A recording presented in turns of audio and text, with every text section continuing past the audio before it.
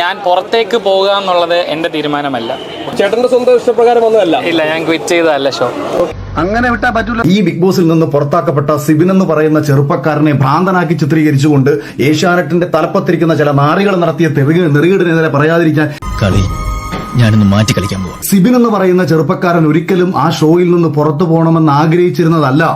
അങ്ങനെ പറഞ്ഞു കൊടുക്കണം. സിബിൻ എന്ന് പറയുന്ന ഒരു ചെറുപ്പക്കാരനെ ആ സീസണിൽ നിന്ന് പുറത്താക്കാൻ വേണ്ടിയിട്ട് നാറിയ കളികൾ കളിക്കുകയും അവനെ വിളിച്ച് ഭീഷണിപ്പെടുത്തുകയും അവനെ മാനസിക രോഗിയാക്കി ചിത്രീകരിക്കാൻ ശ്രമിക്കുകയും ചെയ്ത ഇവന്മാർക്കെതിരെ പിന്നെ പ്രതികരിക്കണ്ടേ? മിണ്ടിയാൽ അവനെ തട്ടിക്കളയും, അവൻ മിണ്ടിയാൽ അവനെ തൊലിച്ചു കളയും. ഈ കോൺട്രാക്ട് ഉണ്ട്. എന്നെ കഴിഞ്ഞ സീസണിൽ ഇതാണൊക്കെ വിളിച്ചൊന്ന് കോൺട്രാക്ട് ഉണ്ടാക്കിയപ്പോൾ ഞാൻ പറഞ്ഞു, ചാനലിന്റെ പേര് ഏഷ്യാനെറ്റ് എന്നല്ലേ, സുപ്രീം കോടതി നല്ലല്ലോ. ഇത്രയും വലിയ ഗതികെട്ടവൻ ഈ ലോകത്ത് വേറെ ആരെങ്കിലും ഉണ്ടാവും എന്റെ കർത്താവേ. ആരുടെ ശ്രദ്ധയാണോ പ്രേക്ഷകരിലേക്ക് പോകുന്നത് ആ മത്സരാർത്ഥികളെ പുറത്താക്കണമെന്ന് ചിന്തിച്ച ഒരുത്തനാണ് ഏഷ്യാനെറ്റ് തലപ്പത്ത് കേരളത്തിലിരിക്കുന്നത്.